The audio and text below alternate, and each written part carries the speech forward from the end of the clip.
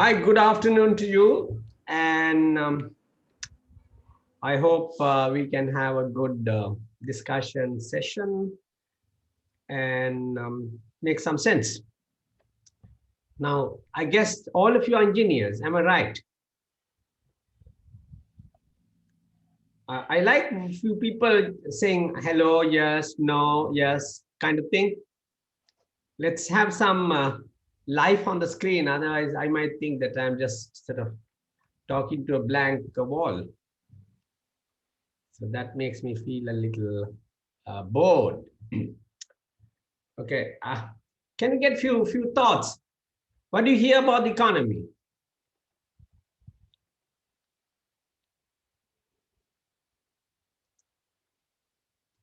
For the people in the group, let's see.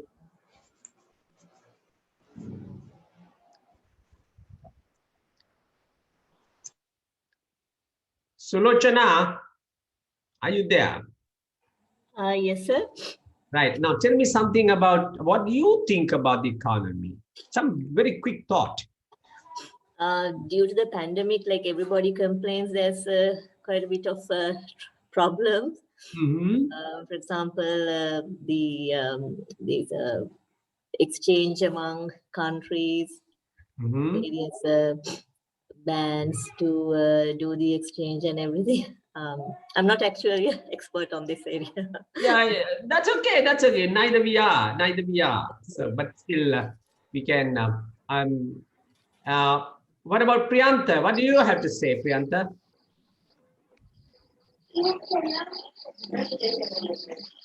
Priyanta, do you hear me? Okay. What about Pramesh? Pramesh?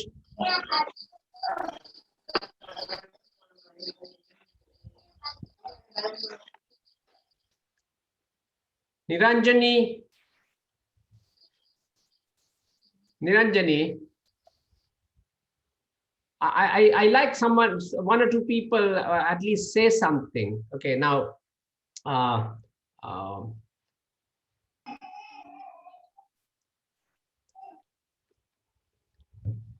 Jagat, don't feel shy. We all have to learn. And a lot of us talk, when we have a shot or something, we talk a lot of economics. All the hard stuff we discuss. When you're sober, things are not very forthcoming. Gayanti. Hello, Gayanti.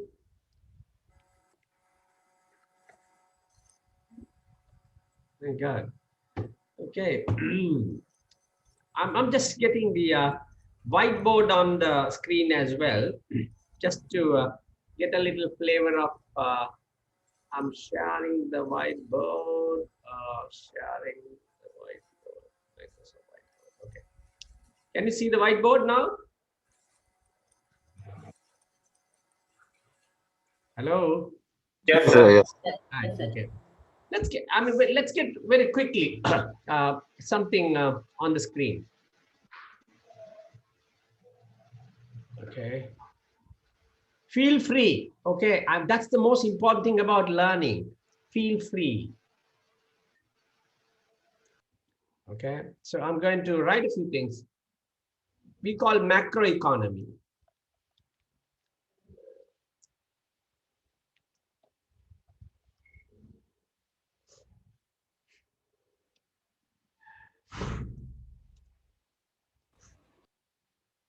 What is macroeconomy?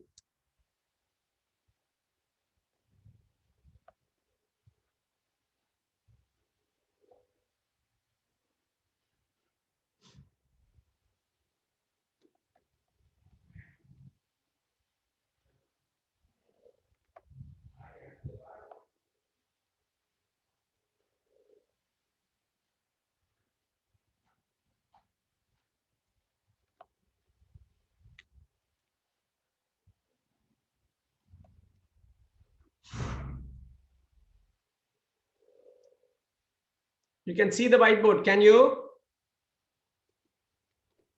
Not now. Not now, not now. You know, I know. Something happened to the whiteboard all of a sudden. Where's my whiteboard? Where's my whiteboard?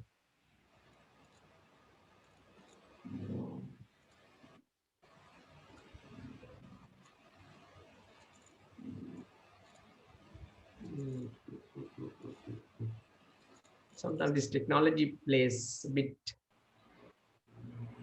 funny.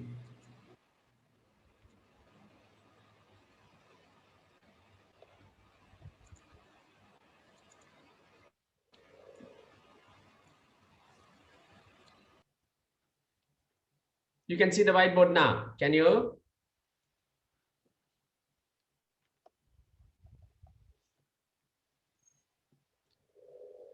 Do you see the whiteboard? Not, Not yet. not yet. Is it okay now? Yes. Okay. Now we can see. Okay. So let's just get the few ideas on a diagram. This is something very useful in your learning as well. I do what we call mind mapping, but not a big deal, but just a little thing. We talk of macroeconomy. Do we know what macroeconomy is? Do you know what macroeconomy is? Okay. Macroeconomics is the whole thing. The whole thing. Whole economy. Macroeconomy is the whole thing. Now, okay. We have major challenges at this point of time. Can we just get a few sort of roundup as to what these challenges are? Who spoke a little while ago?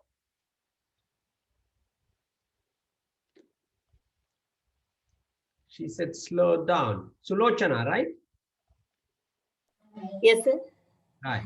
Sulochana, you said slow down. Slow down what? No, I didn't say, sir. You didn't say. Well, I imagine. Okay. What are the other things we have come across? We hear. What are the other things we hear? I'm sure we must be hearing a lot of things. The exchange rate. There you are, man. Exchange rate. Who is that? I'm Purna. Okay. Super Purna. Exchange rate. Oh, right. What about it? What about it? The value of rupee depreciating against the US dollar. All right. So value is rupee is massively depreciated. Rupee depreciated.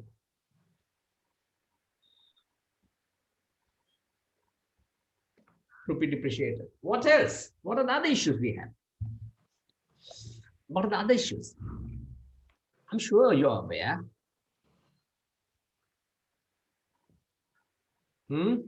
What are the other issues? The unemployment. Unemployment in particular where? Unemployment in particular where? Certain sectors are really doing bad. What are those sectors? What are those sectors? What are those sectors? Government sector. Tourism in Sri Lanka? Huh? Yeah? Tourism? Tourism. Yeah, tourism. Tourism is really down. So with tourism, there were a lot of other sectors gone. Hotels, then travel. Then there are other supporting services. They're all down. Then who else? Who else? Tourism, unemployment. But unemployment, tourism. But there's another thing in the tourism as well. This has been affecting the slowdown. We have a lot of slowdown. Slow down what? Slow down what? Somebody's talking in the background. Slow down what? Slow down. What are we talking about? Slow down what? This is train slows down. Wind slows down. The economic growth. That's right. Economic growth. So economic growth has slowed down. Economic growth has slowed down. Now, when the economic growth slows down, what happens? Income grow down. Huh? Income grow down, sir. I think I missed your voice. What did you say? Income down, sir. Yeah. Incomes are down. Incomes are down. Consumption down. Purchasing power of an individual goes down. Purchasing power has down because of the income has gone down. Purchasing power. There is another reason for purchasing power. Yeah, someone is trying to say something.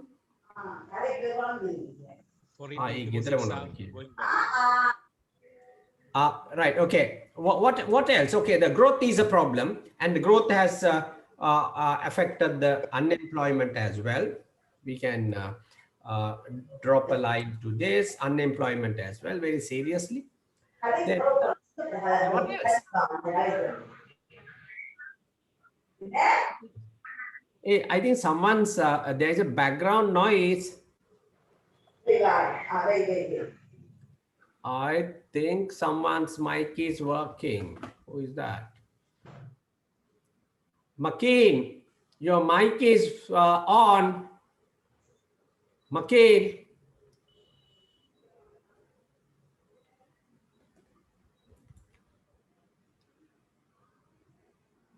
Right, okay. What else? Very quickly. What else? Okay, rupee depreciated. What happens as a result of rupee depreciation? Then it leads to something else. The inflation. Inflation. The prices begin to go up. Does somebody benefit out of this? The exporters. Yeah, exporters are looking good. Exporters are looking good. Importers are pretty bad. Okay, we are still not got to the major point. What other problems we have?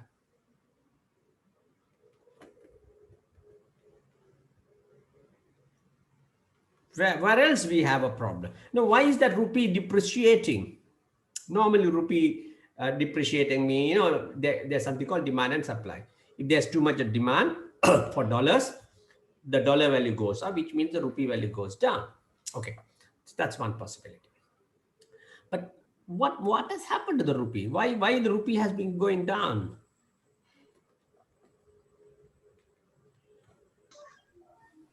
What is that? Export? Yeah. Export is low. Yeah, right. Okay. But that's part of the story. That's part of the story. Export is low is a part of the story. What is the real problem we have? The deficit between export and import. Deficit between imports and exports. We call it a trade balance. Our trade balance. Do you know how much trade balance we have? Problem? We have a massive more than $10 billion negative. So every year we have 10 billion gap. So, but we are not borrowing 10 billion, do we? We don't. Anyway, now as a result, what happened? We are sending monies out, but we are not bringing money in. So what do? We bring money in, but in the wrong way. What did we do? Yes. We borrow. Loans and borrowings. Yeah, we got into debt. Now, what's the problem with the debt? The problem with the debt is you have to pay the darn debt. And it comes time to time. Now, imagine a situation you're running a credit card. Now, you are running the credit card, you are making the minimum payment only. And whenever you have to pay the credit card, you get another credit card, get some cash out of that and pay this credit card or transfer that to that credit card. What you're effectively doing is you're building up your debt. But at some point, that credit card company says, look, you have to pay the whole thing. Otherwise, we're going to sue you. Now you have no choice. You have to borrow heavily. Again, what happened to Sri Lanka? We can't borrow.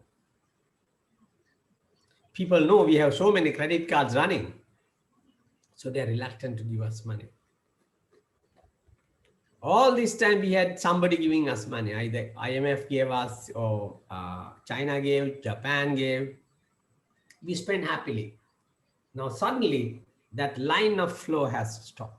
So we don't have money. Since we don't have money, we have a serious, not trade balance, what we call balance of payment problem. That means entire economy, dollar imports and dollar exports. So we are in serious trouble. Now this is where we are now. In fact, our biggest problem is balance of payment. Why? When you don't have money at home, you can simply decide, okay, I'm going to have 2 meals only. We are not going to the supermarket, we grow our own vegetables. That's what we are doing here now. We are looking inward, trying to do things ourselves. Well, it's not bad, but that's what we are doing. But there are guys who have lent you money. They come up to the gate and say, hey, we want the money back. When he shouts, any other person who would have given you some loan get to know, oh my God, this fellow is in debt for a long, long time. And it's a big debt. So they also don't give. So now what happens? The only one who will give you money is Kade Mudalali. But Kade Mudalali is a super crook. He gives you money at very, very high interest rate. So that means you somehow manage to get that money and pay up those immediate debt. But now your debt has transferred to somebody who is really merciless. Now Sri Lanka is currently in that scenario. We have a serious problem. The debt has to be repaid. We don't have the cash. And on top of that, some of the cash earning tourism and other sectors are not bringing any dollars. So we are basically losing about $2.5 billion. And on top of that, our debt is becoming increasingly problematic. So as a result, what happened was that, give me a minute, give me a second.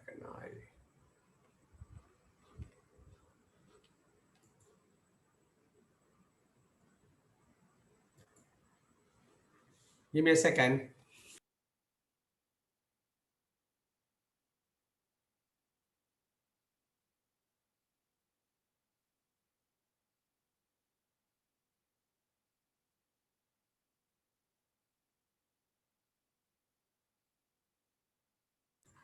Right, okay. I got a cup of tea. Okay, so this is the scenario we have. So as a result, the present government is talking about, okay, we don't have dollars, let's not spend dollars. Let's try to make dollars within the country. In fact, it's working to some extent. But of course, it is equally problematic to most of us, especially the middle class who wanted to buy cars, can't buy because car imports have been one of the biggest, and they fall into the luxury category. So therefore, it's a small minority. and government can easily do it. But the government can't do the same thing with regard to essentials. So this is a debt problem. Then there is another problem we have when you don't have enough dollars. We have what we call reserves are getting affected as well. The reserves is something which is the barometer of our wealth. When the reserves are down, usually you're really bankrupt because it immediately affects the exchange rate. So this is the scenario we are in. Okay, now let's go back to more structured discussion. Now, why I brought this discussion this way is this is the reality. This is what we are going to attack in terms of understanding. So if you keep focused on this, you basically find the relevance of the discussion today. Now, what we are going to do today is we're going to understand what so-called economy, what are its major components, how do you track it, and what has happened. If it's a bad, what does it mean? If it is good, what does it mean? Okay. So like that, let me just give you an example of Sri Lanka situation. I told you reserves. Reserves are, I said, it's like business කාරයන්ගේ බෙල්ලේ තියෙන රත්තරන් මාල. That's a reserve. Whenever he අතේ එහෙම රත්තරන් තියෙන ගොඩක් තියෙන ඔය reserve එක. Why? Because if something goes wrong, he can simply cash it. Right? Here, it's not rattarang. We keep reserves of currency, dollars. Usually we want to keep about $8 billion, $9 billion. But if it drops to about 6 billion, 5 billion, it's a major problem. Okay. So this is where we are in, because the minute you pay, it's not that you can't pay a debt. You have the money, but the minute you pay, your reserves level go down very drastically. When that happens, the whole economy gets into a real banana republic. Okay. In the same context, our neighbor, India. India has a major economic problem. Their growth has plummeted, about 10% negative. But one thing India is sitting pretty good is they have a massive reserve base. In fact, they have exceeded the Russian reserve base. They are having something like 550 to 600 billion reserves, which is roughly, they can finance about 10 months of imports. Now that's another parameter we use. When you say reserves, it's not just the dollar value. You ask, okay, how many months of imports this can finance without anything? Usually if you have something like 6 months cover, you're very good. If it is below 3 months, you are really, really bad shape. In India, they have 10 to 11 months of imports. Okay, right. Now I'll go to the slides now. I'll take my picture out because it might slow down our conversation. So I'll take my picture out. Okay, let me just get you on to a different share, new share. This time I'm going to the slides. Do you see the slides now? Hi guys. Do you see the slides? Yes, sir. Yes, sir, we can see the slide. By the way, I hate to be talking. I like people to challenge me. Don't give me a catwalk. You know, catwalk. Those models get into some fancy dresses and walk down the aisle. Everybody is just staring at them. Nobody dares to say anything. I don't want that catwalk. I want people to confront me, throw bad eggs at me, tomatoes at me, challenge me. So this is how I get my adrenaline. So I like you to be challenging, talking, clarification, asking, okay, give me another viewpoint. This is my viewpoint. All fair game. Okay, right. So I gave a real life excursion to macroeconomics, Sri Lanka's challenges in perspective. Okay. Now this slide was March 2020, Sri Lankan economy, IMF. In fact, recently IMF had said, we are very closely looking at you guys. And especially after we got 1.5 billion, we call a swap arrangement, SWAP. We'll come to that later on, okay? So why the IMF is so concerned? We have a very high public debt, say 90% of GDP, and also our income sides are very, very narrow because we were entirely depending on garments, which is bringing about 7.5 billion. And next we have is tea, which is about 1.5 billion. Tourism is also doing 1.5 billion to 2 billion. So it was pretty not so strong areas of growth. So we can be very, so that's another reason. Third reason is, according to them, IMF is something whenever they always say no controls. Government take a vacation. So that's the kind of thinking IMF has. So the present government is basically doing things in their own way, so which is not to the liking of the IMF. So there are issues as well. But apart from that, the problem is that we have not been able to get investor support to bring cash into the country for investments, for various other financial markets. It has not been happening. So this is where we have a problem. So some people expect 1.5 billion from China will say, oh, look, these guys are not going to go down the tube. They're steady. So let's get one by one to have more business. There are other guys say, look, you should go to IMF, because if you get the same loan from IMF, that will have much more credibility. Anyway, these are all issues, arguments.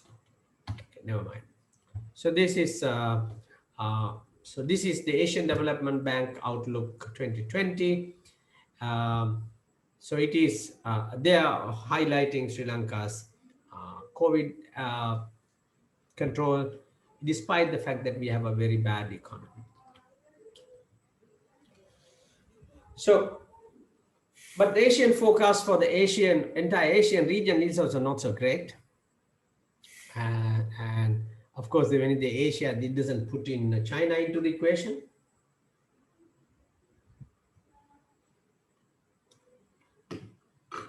Today's news was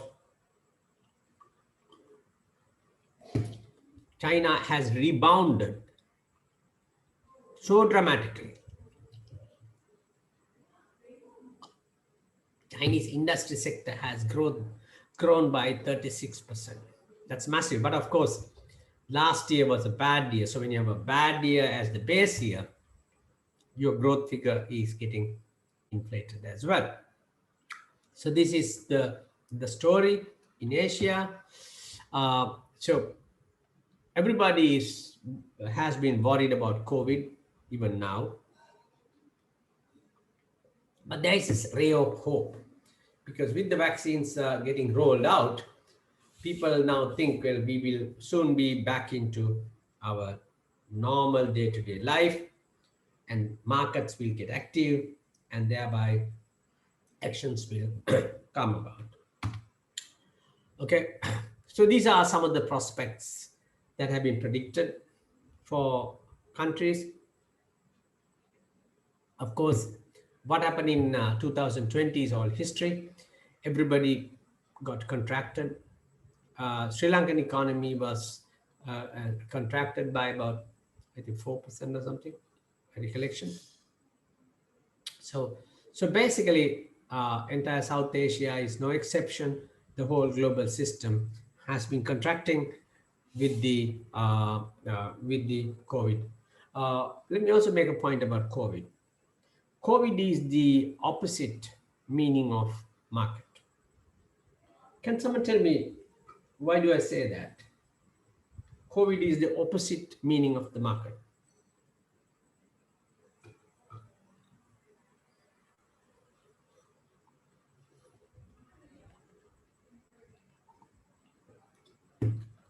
Market is engaging in everything and anything. Same darn good. You engage with it so many different ways, so many different times.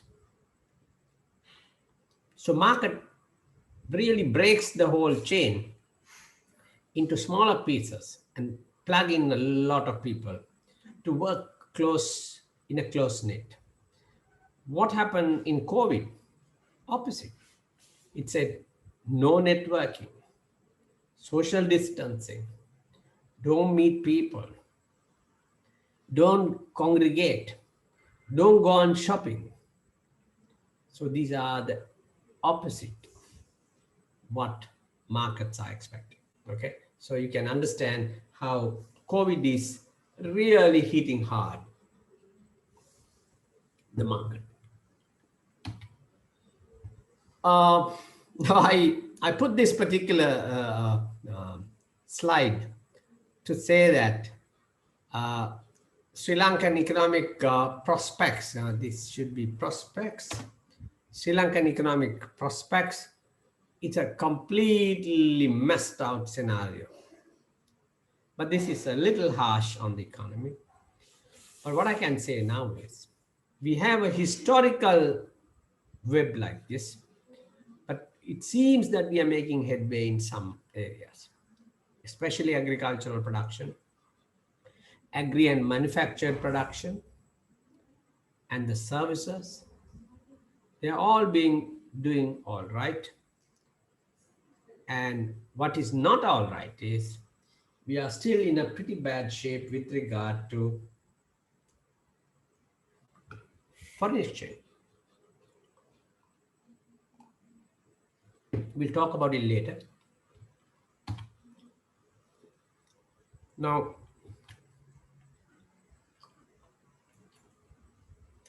so these are some of the statistics.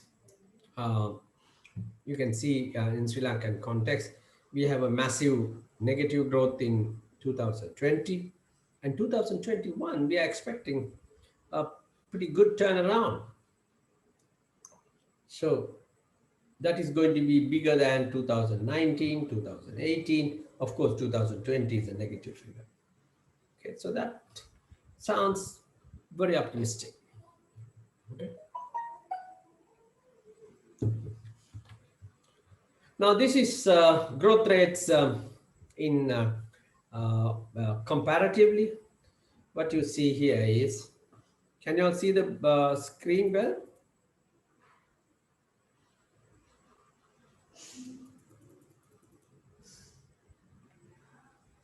Okay, so what you see is, up on the upside, Bangladesh, Bhutan, Nepal. So it is pretty ironic. Bangladesh was one of the banana republics not so long ago. Bhutan is a landlocked country. Nepal is also a landlocked country with problems as well. So you can see they are doing quite well. Then the other side is, you see, Maldives is doing extremely bad. Can someone tell me why Maldives has done so bad? Maldives is solely depending on tourism. That's right. Now that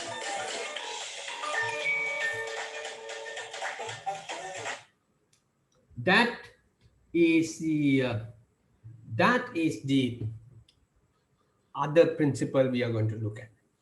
That is, when an economy is standing on one foot, you are extremely vulnerable. In fact, Sri Lanka's problem is not so far away from it.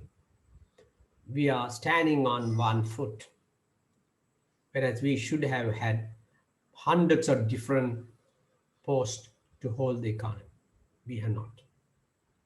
So Maldives, Indian case is a different case.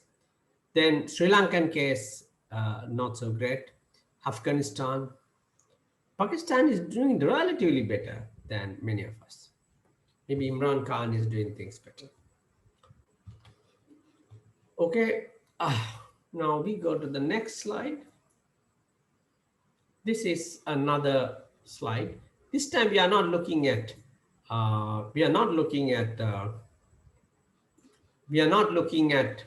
GDP growth. We are looking at inflation. Can someone tell me what inflation is? The general rising of price levels. That's how we calculate. The real, if you look at it from a cost of living point of view, it is basically saying your real incomes are going down. Nominally, you may be getting increments, but real income, the things that you could do with that money, is gradually depleting. Okay, so what we see here is, now look at the Pakistan situation. Pakistan economy was not doing bad. They were just very barely fractionally below zero, negative. But look at its inflation, massive, 10.7%. The other big guy, Nepal, 6.2%. Bangladesh, the third guy, 5.7%. So their inflation has picked up. Whereas in Sri Lanka and India, we are hovering around 4.5%. Now, Sri Lanka one time was one of the high inflation countries in the world. We have managed to bring it down to some decent level. Okay, so there are many reasons why the inflation is rising, but let's see how it works out for us.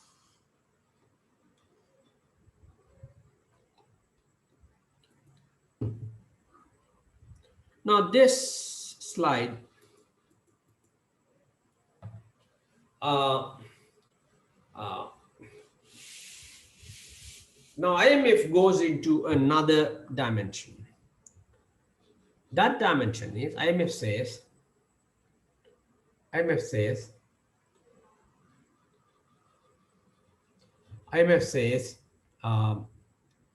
the losses in the public sector. On the other hand, IMF talks about inflation.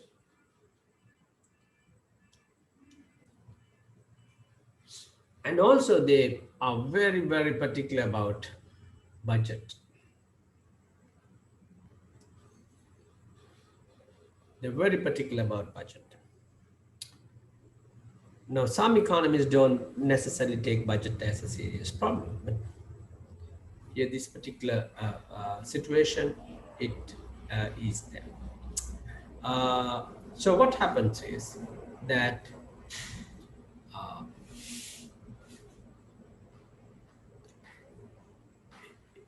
what he says is in the ADB report that Sri Lankan Airlines, Electricity Board, Petroleum Corporation, these three has incurred a combined loss of 1.3% of GDP. 1.3% of GDP is quite a figure. Okay, so that's another aspect of it. Then there's another one. External debt. What are external debt? Can someone tell me what are external debt?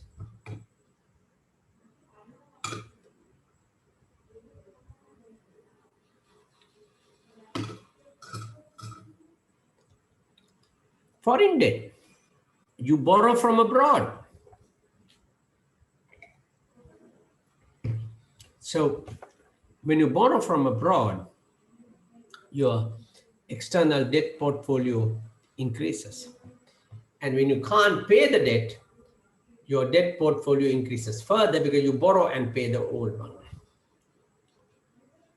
Then how do you pay mainly? Out of exports. So if you take, in Sri Lankan case, external debt to exports, that means external debt divided by exports, the value is 258% in 2018. Okay, so that's that. So the last one is budget. IMF is very worried about budgets. So much worried, they didn't want to extend an arrangement for Sri Lanka until we come to terms with their agenda. Anyway, that's a somewhat a different area, but let's just remember that. So I'm going to the little nitty-gritty. Microeconomics is basically how you run your life, how you run your business and all that. Macroeconomy is not how you run, how you become part of a larger family. Okay, so I'm not going to go into the details of that either. In the case of macro or holistic economy, you talk of several things. First,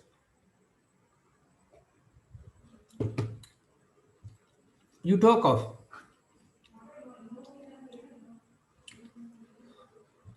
consumer price index. In Sri Lankan context, we call it Colombo Consumer Price Index. Then the next one is GDP. We were talking about GDP growth, but we never spoke of GDP. What is GDP? GDP is the value of the commodity that has been taken over by, GDP is the value of the production in the country. We'll come to the details. Unemployment. Unemployment is how many new people can get employment. How many are not getting employed at all due to no reason for themselves. So, but anyway, that's another area. Then the third area is lending rate. What's the lending rate? How does it work?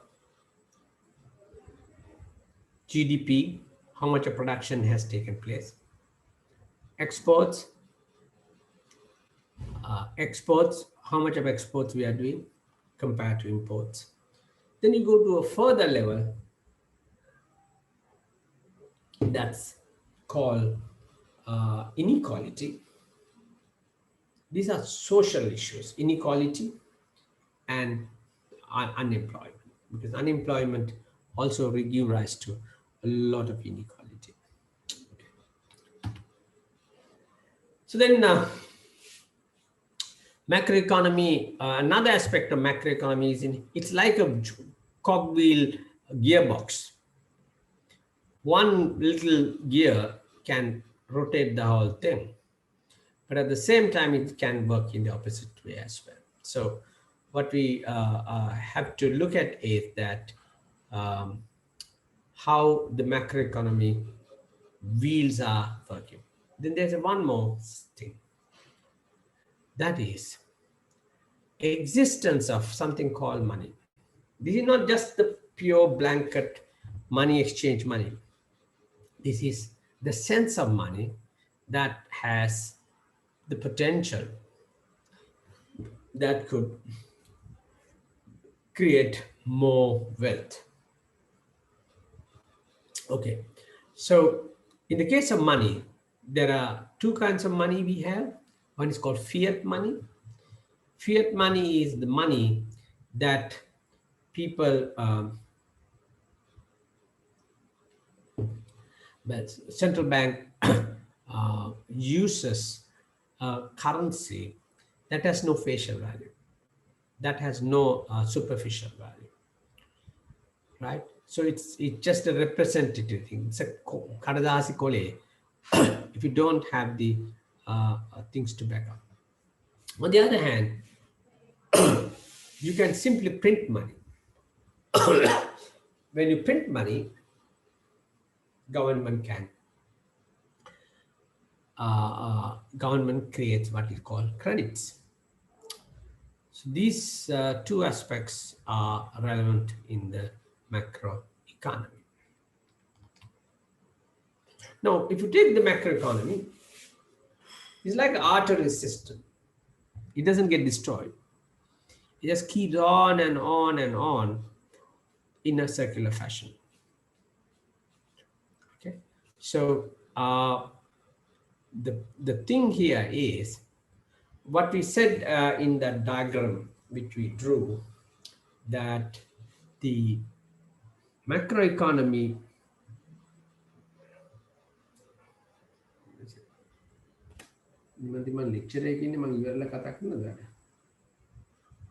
okay, right. Sorry. Okay, so macroeconomy is a completely interconnected system. So basically, when we are understanding macroeconomies, we are trying to understand how this flow works, the players, who are the distractors, who are the promoters, and all that can be seen here. It is also possible to say that if the economy is doing well, what it means is the flow is doing well. Flow is doing very well. Okay, so in that way, you facilitate the process of this macroeconomy to show its circular flow. Okay, so basically what happens is this area is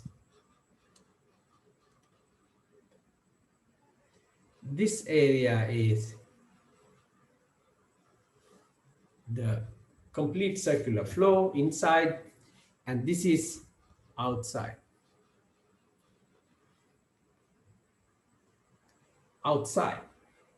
Okay, so what we have is a internal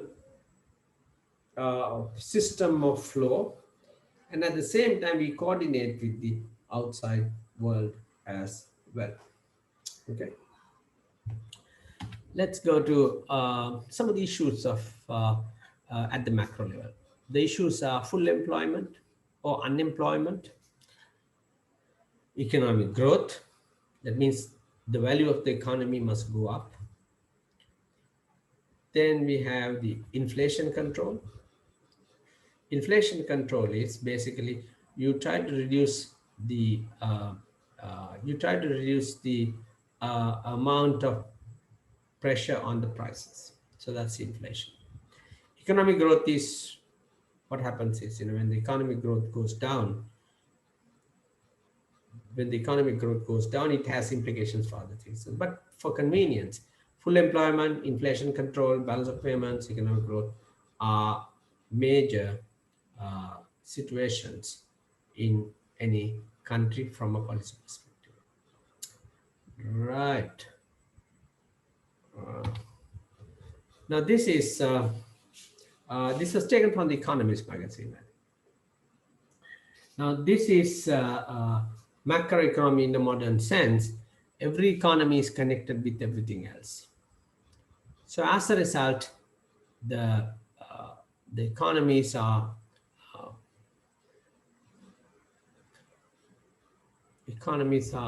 what did I say?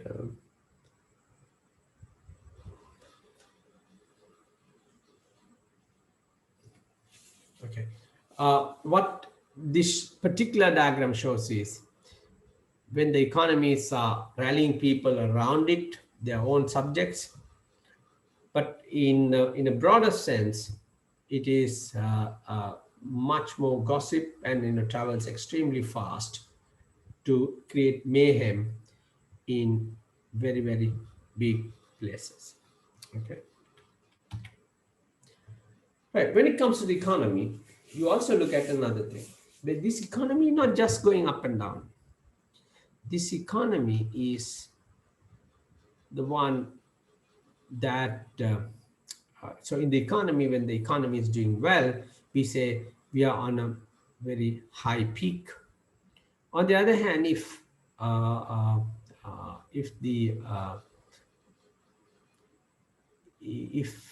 the economy is not doing well, you can see it in what we call business cycle model. Okay, business cycle model. As you can see here, there is a period where it goes up. There is a period where it goes up. Then slumps, go down, then go up, then go up. Okay, so you can see the economies are on an upswing, they are very good. If they are on a downswing, they panic. If that comes to here, for example, so that's where the business cycles can be of major information to anybody. Okay, so this is an actual business cycle photograph. In the case of US, as you could see here, 2009, there was a massive drop, and 1991. What's the difference between 2009 and, okay, we'll leave it there. Okay, now let's go to the Sri Lankan scenario. We are also in a little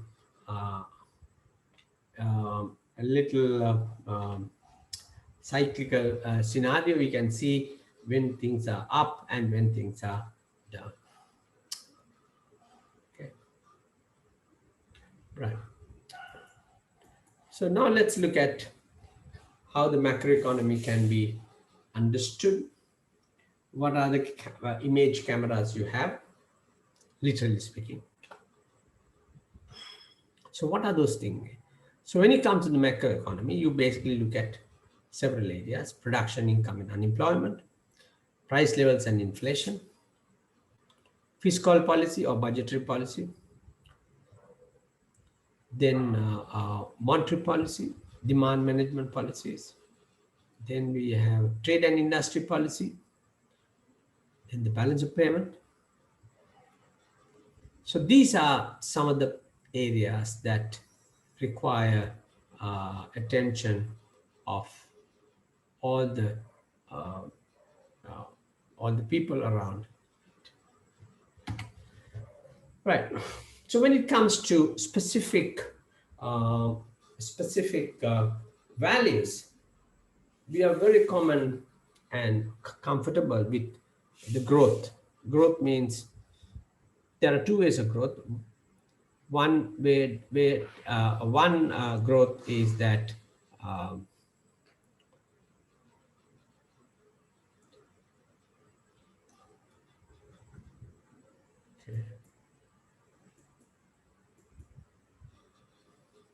okay. So understand the economy, you have to look at these individual parameters as well, because they work independently, and also that those who are trying to use these services must also be prepared to understand it well. Okay, as you can see here, production, income, and unemployment, price levels and inflation, fiscal policy, demand management, also called monetary policy, then the balance of payments. So the balance of payment should be is one of the problems we have at the moment. If we just try to figure out, okay, our major problem is production,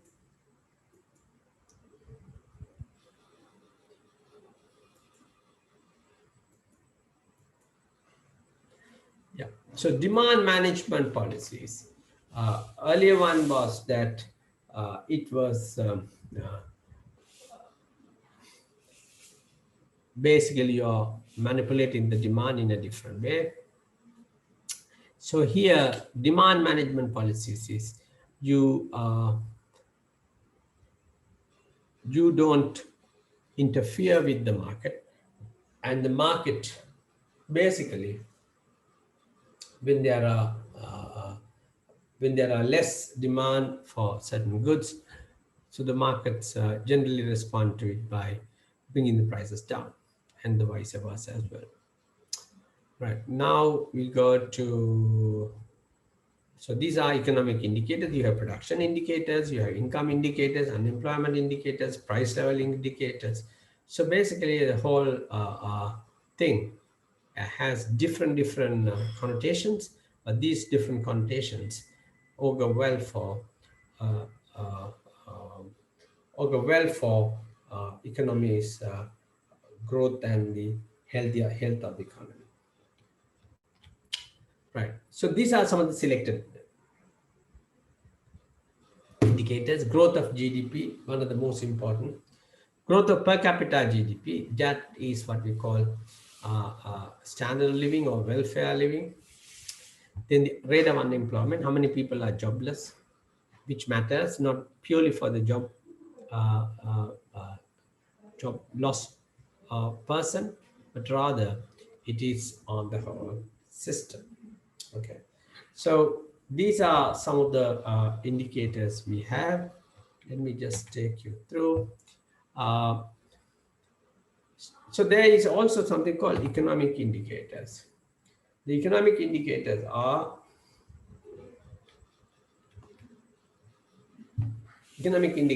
specifically to focus on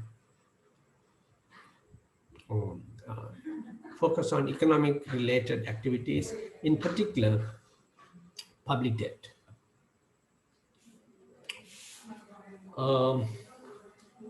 So these are other bits and pieces. Let's go into some of the other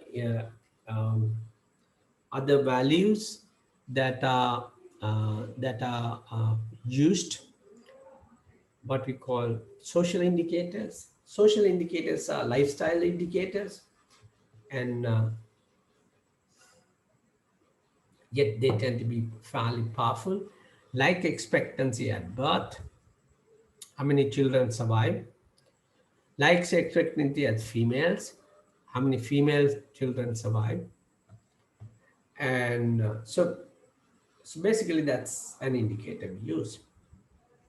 Then the infant mortality rate. Infant mortality rate is something where people find their children dying as they were born. So infant mortality rate is pretty low in Sri Lanka, one of the highest in Asia. And the maternal mortality, again, same thing. Crude birth rate, crude death rate, meaning crude birth rate means how many people have been born, how many people are dying. If there is a big difference between the two, it's going to affect us. If there are too many people born, that means we'll have to look for places to dump them. But on the other hand, if there aren't enough people, so then what happens is that the economy is going to suffer as well. So literacy level, Sri Lanka is one of the best. School enrollment, Sri Lankan enrollment is compulsory. Under 5 child malnutrition, well, you will probably see these things if you go to a state sector or peripheral villages. There people are at very basic level. Now there are political indicators for a country. Political indicators are the indicators that capture the political process. So it can be a number of things here, as you can read, but some of the things are more important than others. Transparency, for example, is quite significant. Transparency means uh, uh, the, the freedom to express whatever the opinion you hold without any restriction.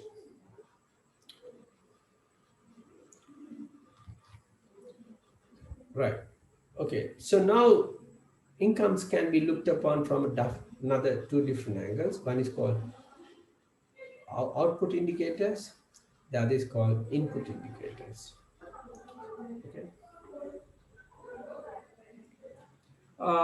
Shall we take a 5-minute break? Hello. Hi guys.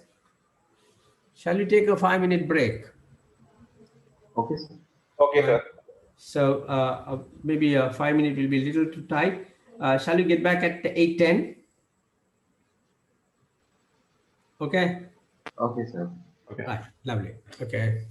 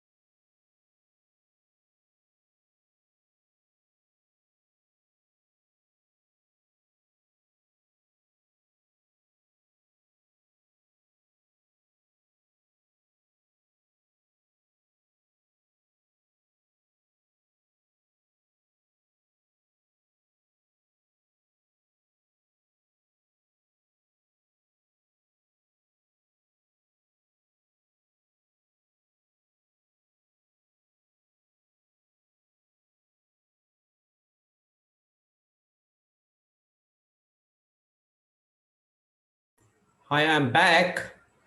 If you are around now until has everyone come? Everybody's on board. Is there anything that you want to ask before I start the class again?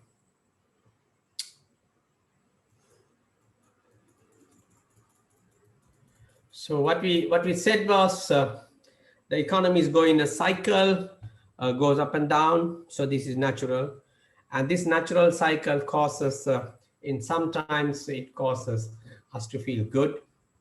Sometimes it causes us to feel bad when we are on a contraction in economy wise, or we are on a slump, right? So business cycles are a general phenomenon.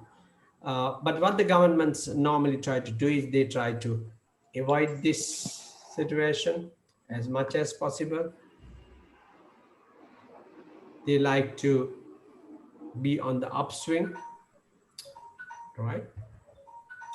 Okay, so that's the business cycle. Then this is business cycle of the US, and this is Sri Lankan business cycle. You can see some of the points where Sri Lankan economy has gone down. There are specific points in life. Then we said economy comes in, give me a minute, there's an alarm going on. I had to quickly knock it off.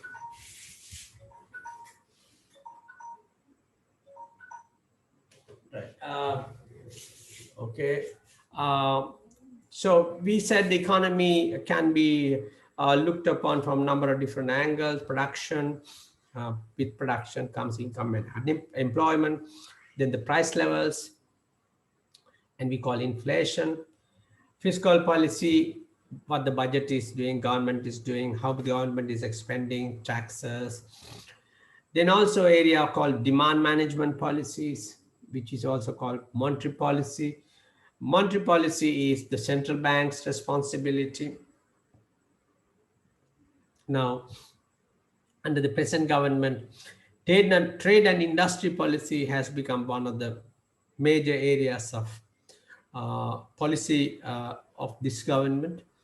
During Ranil Wickremesinghe regime time, the trade and industry policy was very hands-off, meaning imports and exports are free, more or less.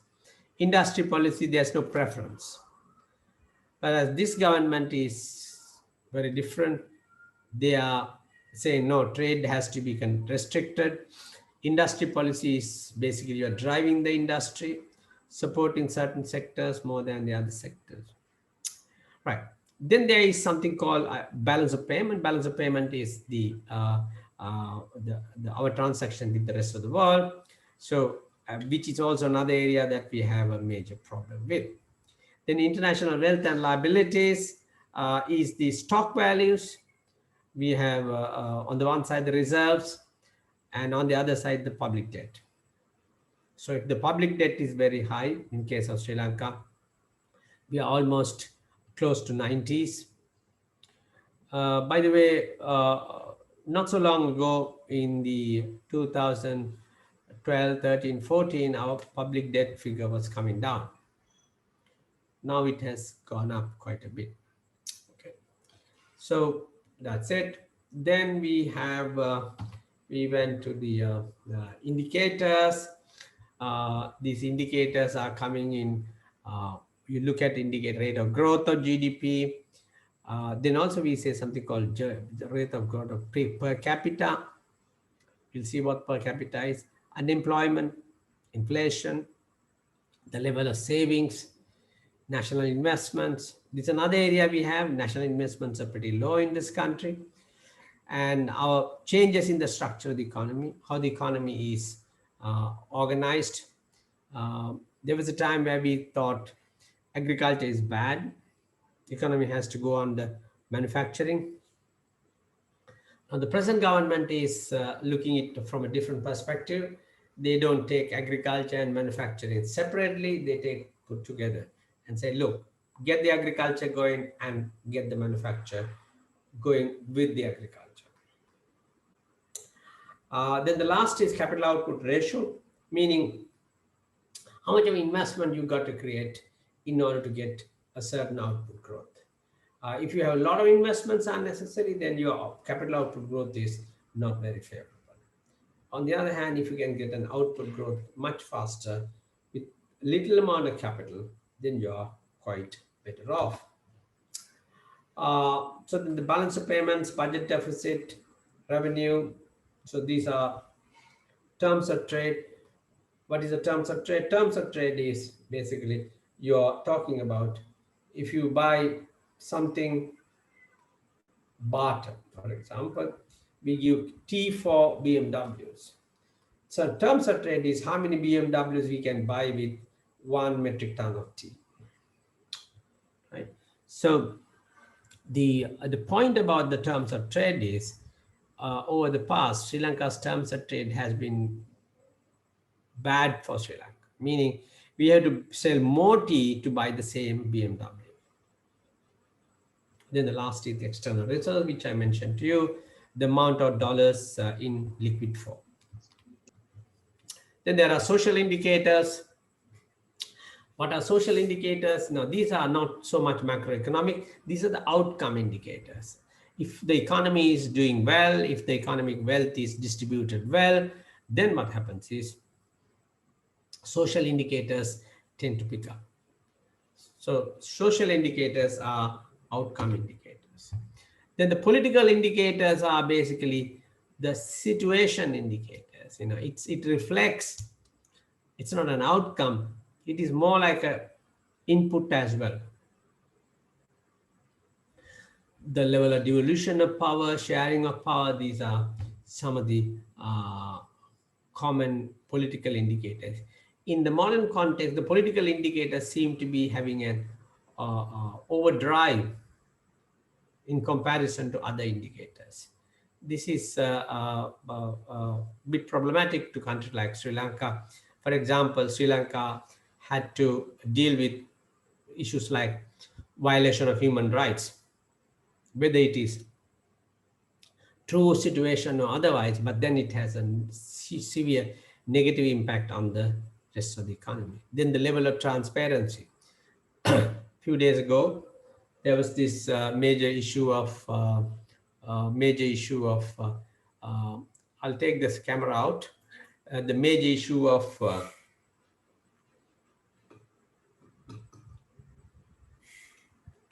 sugar. There are different explanations, but it surely warrants some problem with regard to transparency. During the last government, the regularity of elections was very irregular. We never had the provincial councils, for example, for a long period of time. So these are, they are not necessarily towards the economy, but they are politically very, very significant.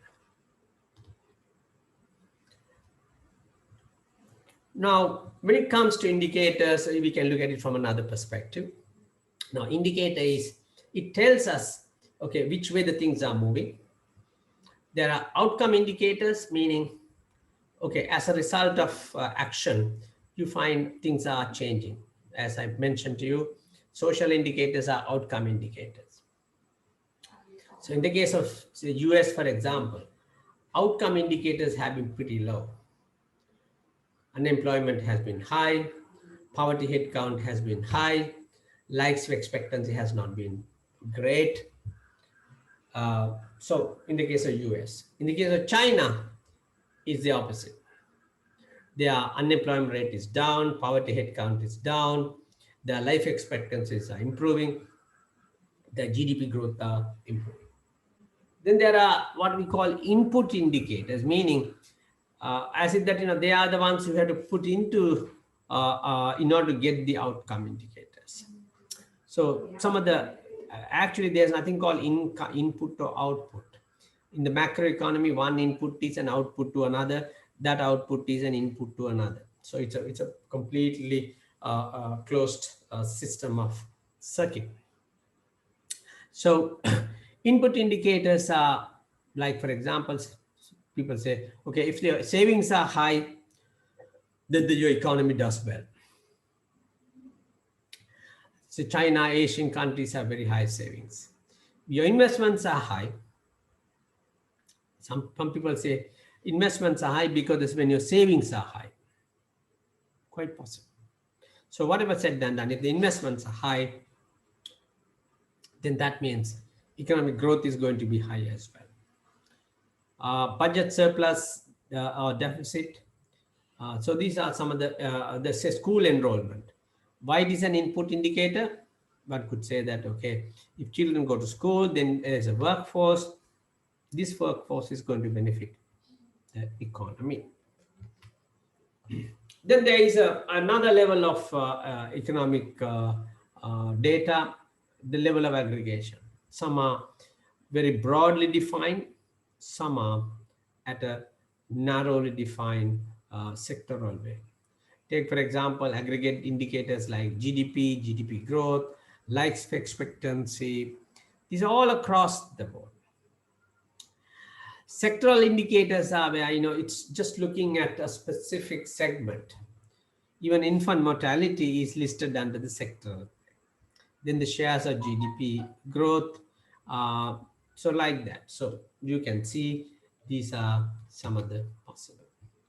Then there are process indicators, meaning these are in between. They're in the process side. They're not exactly indicators, or they are not exactly outcomes.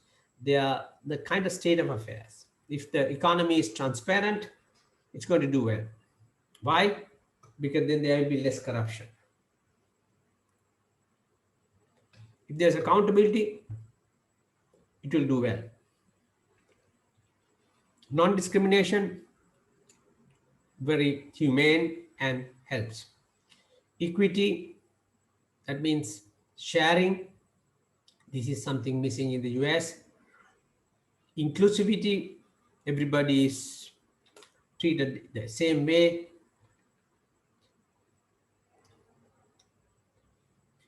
In the US, there's something called Black Lives Matter. What are they asking? They're asking for equity, non-discrimination, and inclusivity. Also, they ask accountability as well, because supposedly the blacks are at the butt end of the rifle of soldiers. So they're asking, okay, we want accountability as well. So that's the US scenario. In the case of Sri Lankan scenario, things are a lot better. But people, although some people say various things. Now, when it comes to policies, you have a whole kind of different set of policies: fiscal policy, monetary policy, industrial policy, trade policy, exchange rate policy, development policy. And there's a whole gamut of policies. Are basically what the government directs to influence the economy. The fiscal policy is what you do through the budget. It's the massive, it's a mother of all policies. It's about taxation, expenditure, pension, infrastructure, budget. They're all fiscal policy, right? So fiscal policy is what comes from the treasury and through the budget. Monetary policy is what the central bank does. They manage interest rates, they manage reserves, they manage various cost of finance, level of money supply. Then the industrial policy is how the government favors one set of industries against the other. Currently, industrial policy is to promote domestic Sri Lankan exporting firms.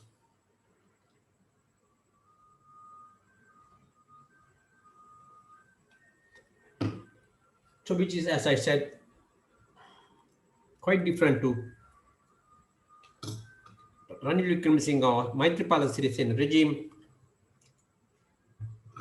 where the trade policies were quite relaxed.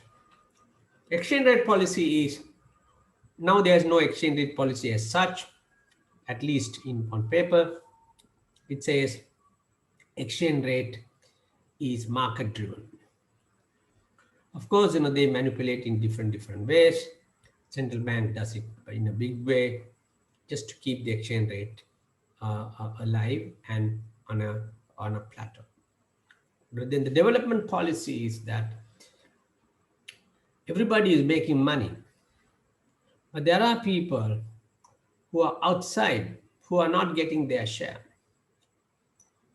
So development is creating economic growth and distribution of it. So development basically talking about bottom-up scenario, okay?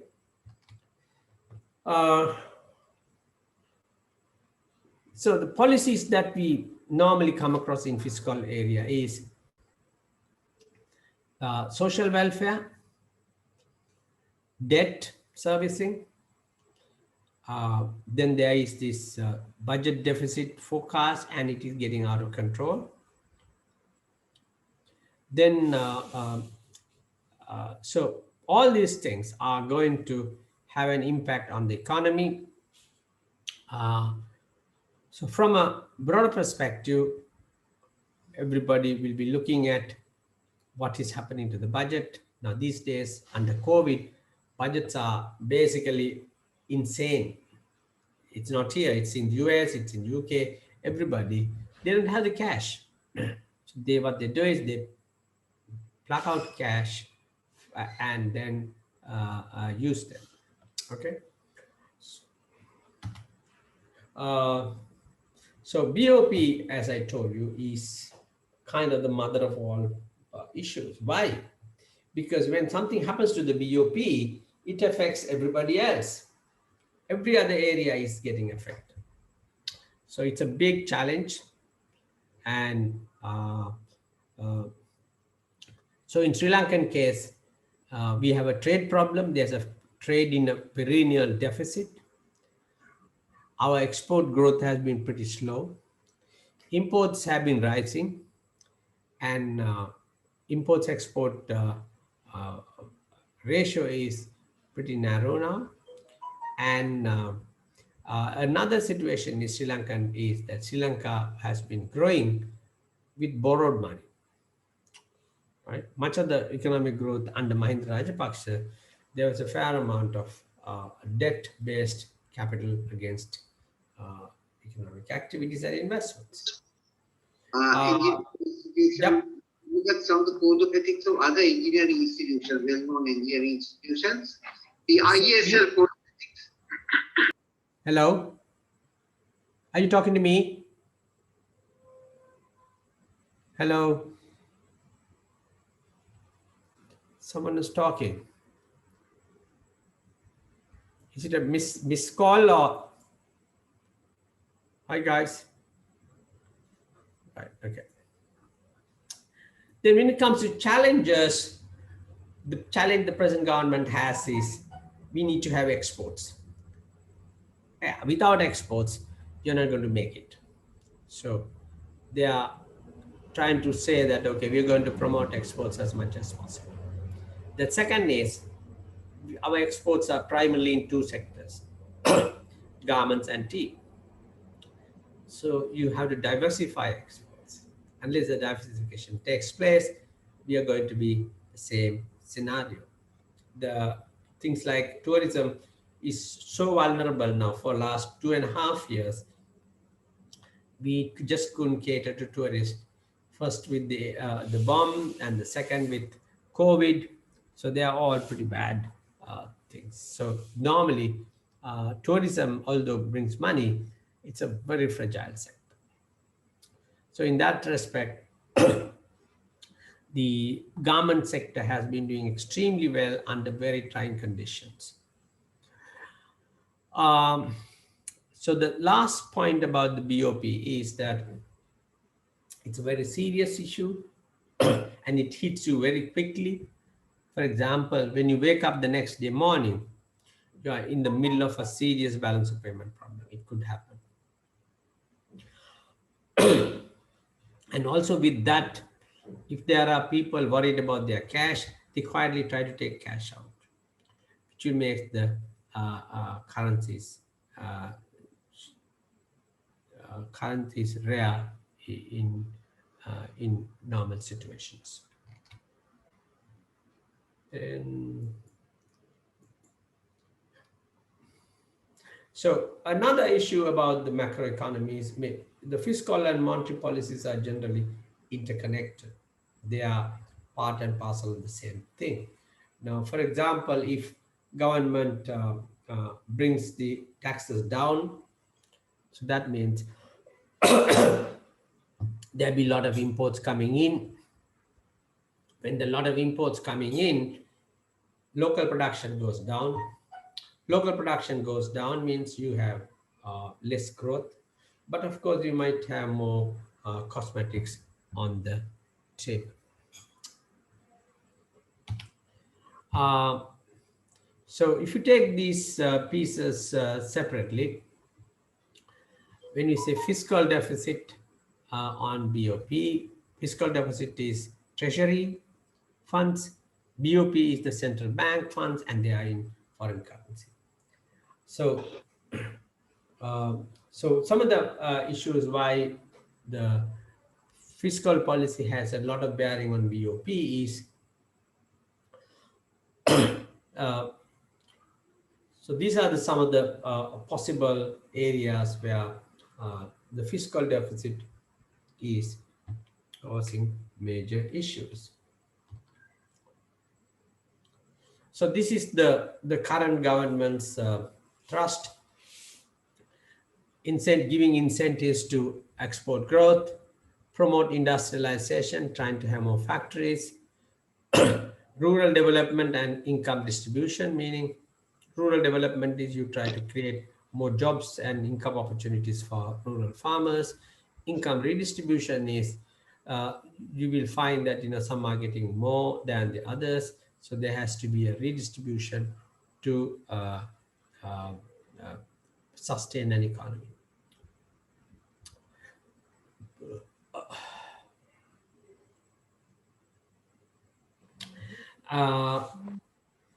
This government is also focusing on public goods, which is what happened under Mahinda Rajapaksa regime.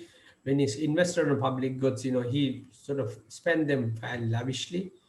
As a result, you find that certain situations are improving, certain situations are not so great. So, so government policy of economic stability is, these are the usual customary government policy measures.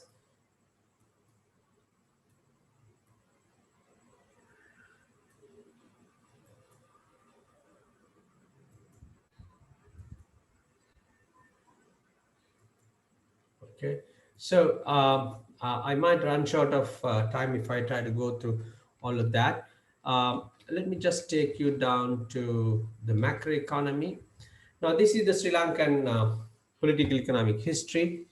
If you put that into a kind of a perspective, before 1950, everybody said Sri Lanka is the best bet in Asia.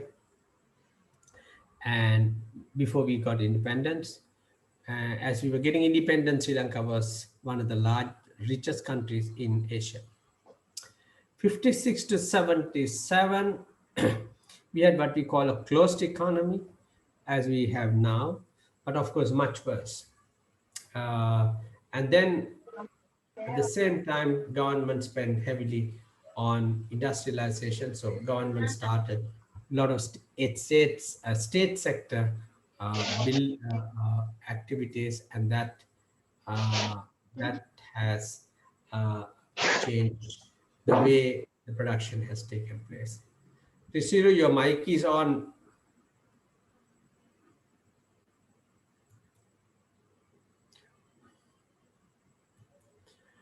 Then 77 to 82 was an era where we thought we were going to relaunch ourselves. But then unfortunately, 82 was the year where we hammered one party by the other. Well, of course, it's not a natural consequence, although there are a lot of things being hushed, but it has its own political games as well. Then from 90 onwards was the era where we invested on garments. It was my Premadasa's era, and he invested heavily on garments. and so which has as a policy that probably had helped us a great deal now.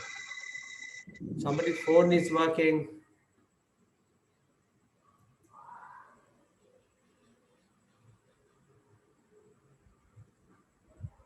Okay, right.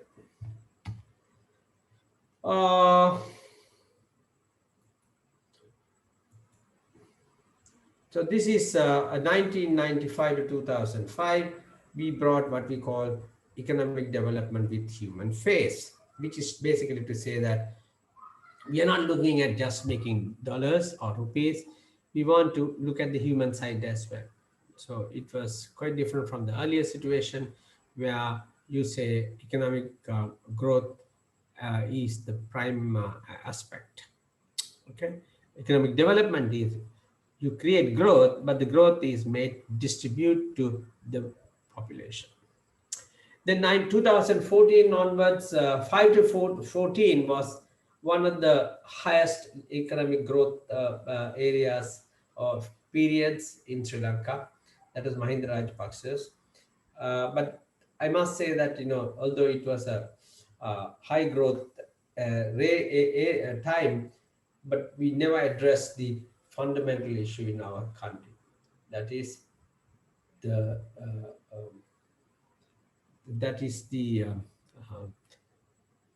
we have serious problems of infrastructure. Okay, so 2014 came on the platform. There was a lot of corruption. That corruption must be taken out, and so it was very much on the political line. And 2015 to 2020, Sri Lanka faced one of the worst economic growth scenarios. Investments were dried, and basically it was a period where economic growth and policies were not very consistent.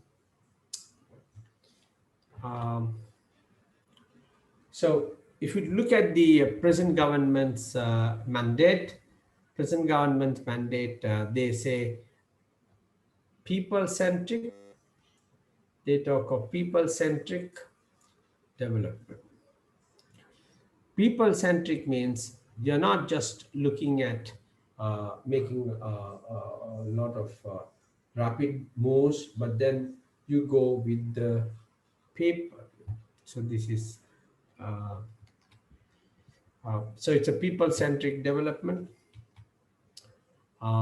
So as I told you, economic growth is the main driver. Economic growth is the main driver, and with that comes the paradigm for development.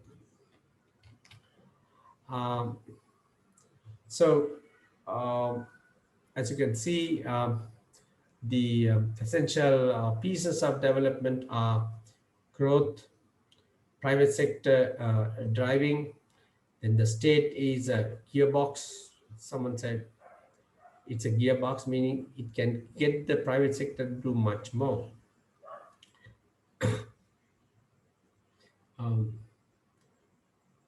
So what has happened in Sri Lankan context is private sector is very much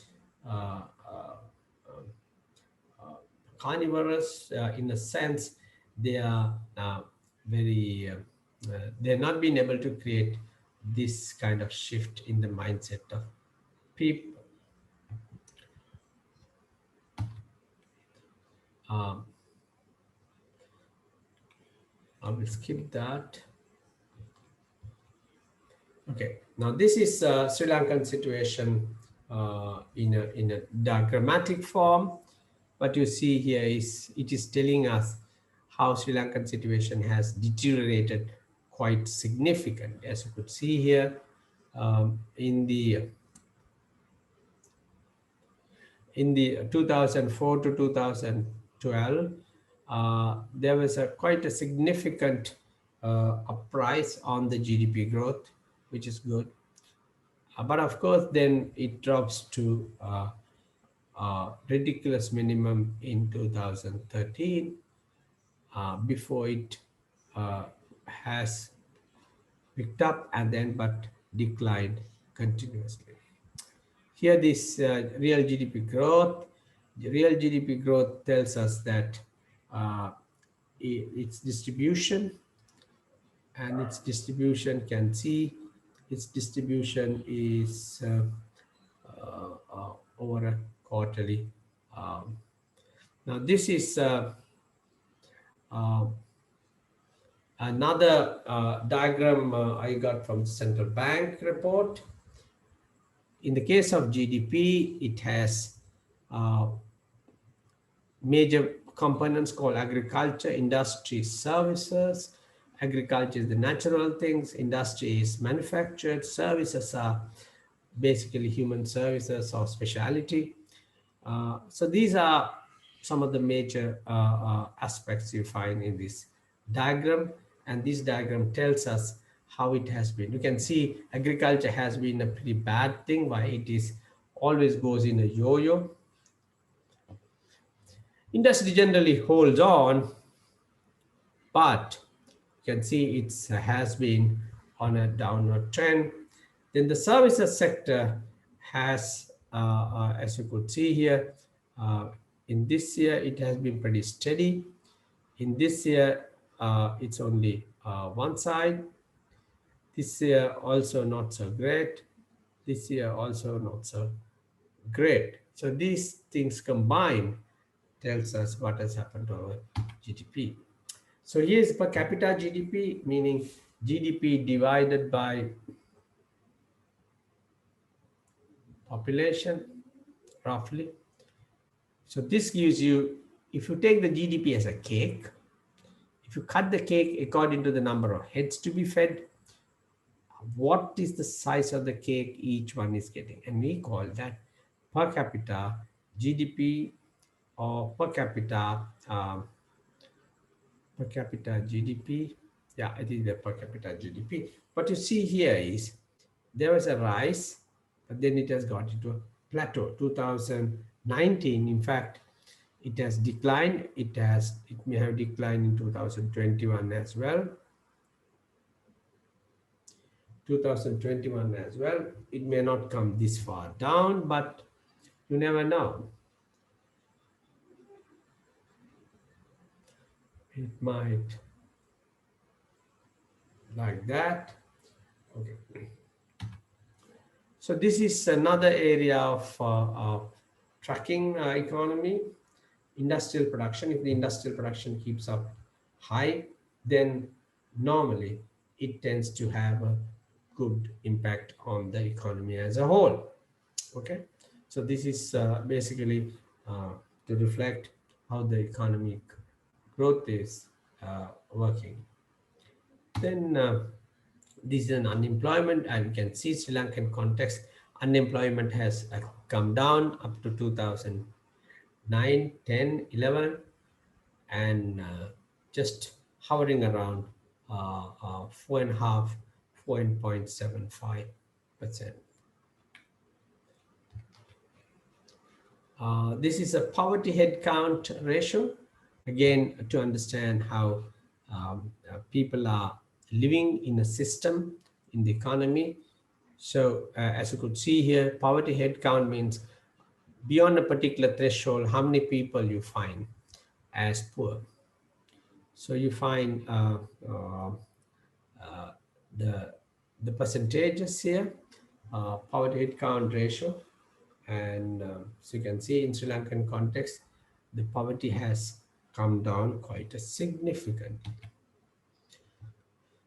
This is inflation. I told you inflation is, you take the index and then work out the index into a percentage change, and that's called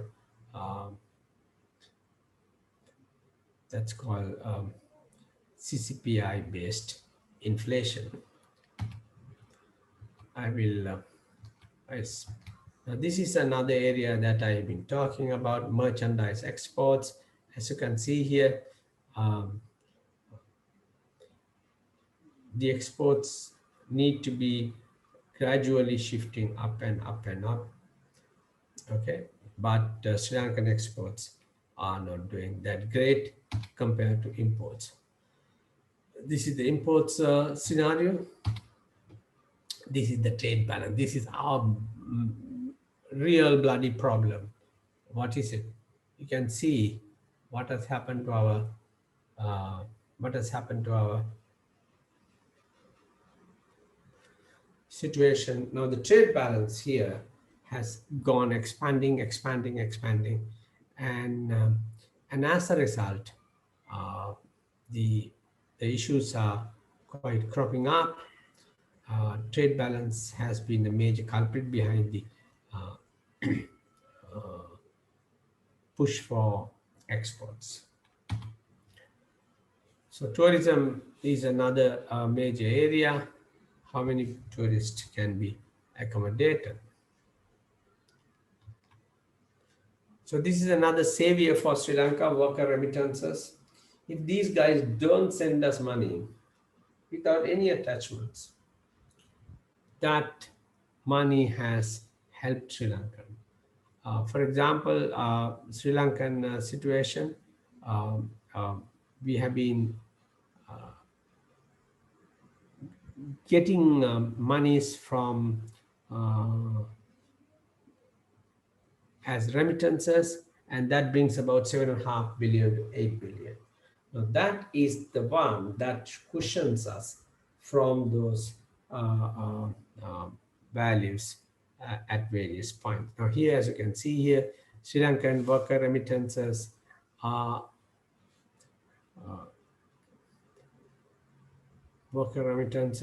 a major thing. 7 billion is getting added to our cap, and as a result, the you can see Sri Lankan worker remittances are extremely useful. The current account balance in the economy means there are three levels. One is individual accounts. Now here, current account is basically in the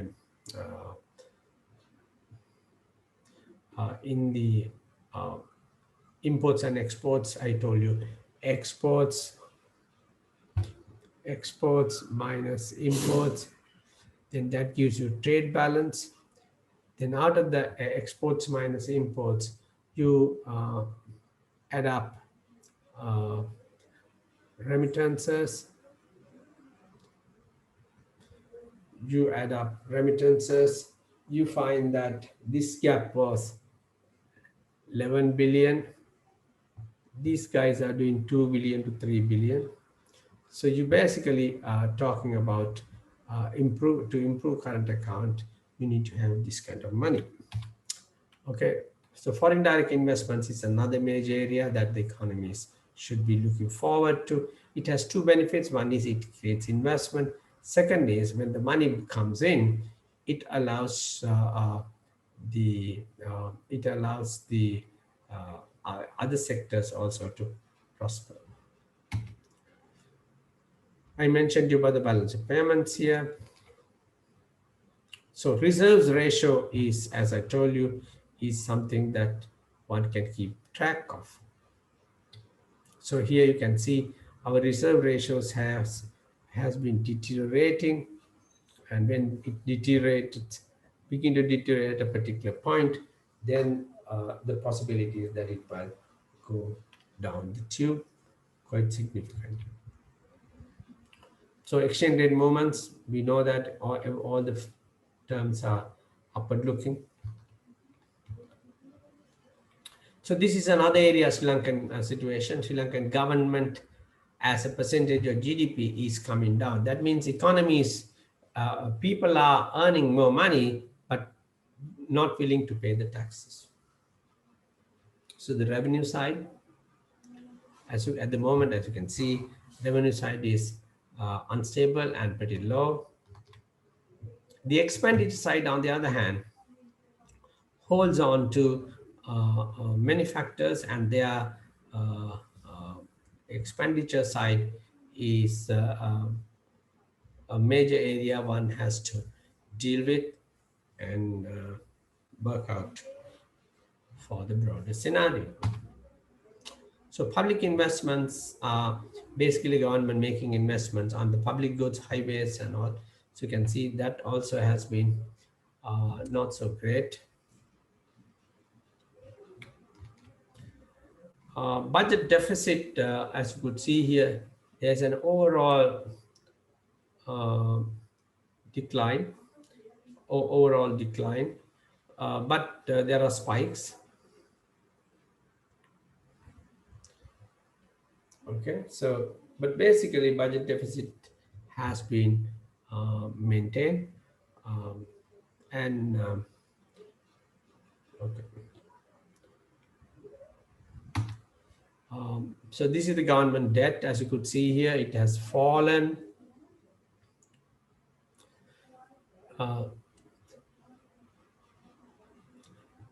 So public debt means you divide the debt by GDP.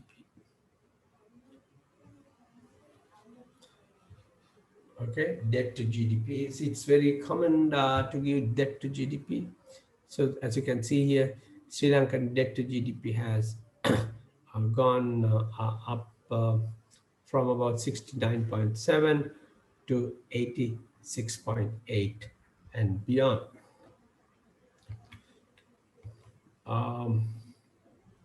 Okay, now let me see what else I can give you.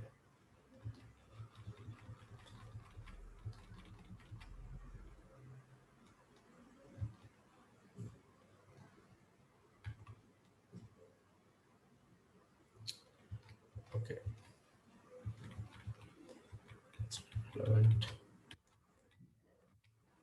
So this is the story about the Sri Lankan economy.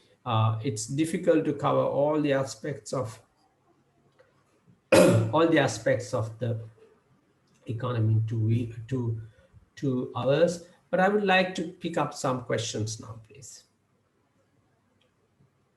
Shall we have a few questions?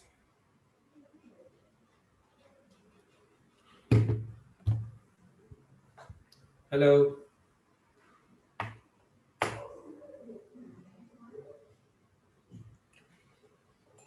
Can you pick up a few questions?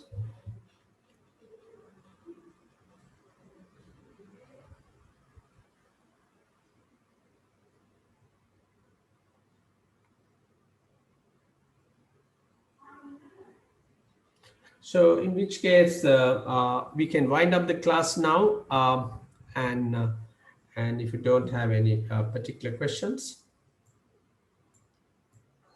can we?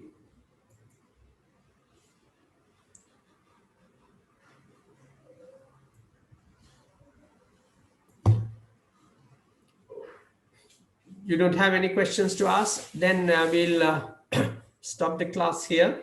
All what I tried to do was, to have a quick run on various parameters. In the case of Sri Lankan scenario, our economic growth has been quite low, which is basically the percentage change in the GDP.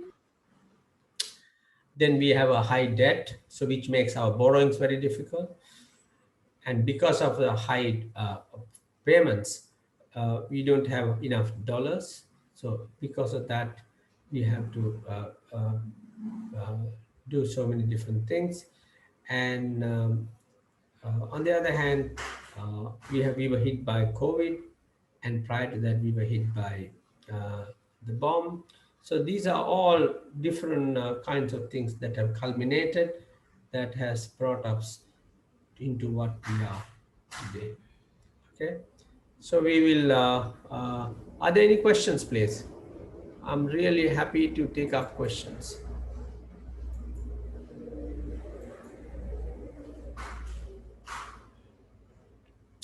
So there is no questions, then we will wind up the class here. Good night, guys, and hope you will do well in your exams, if this is for exam. Okay, when we meet next, we meet. So until then, goodbye.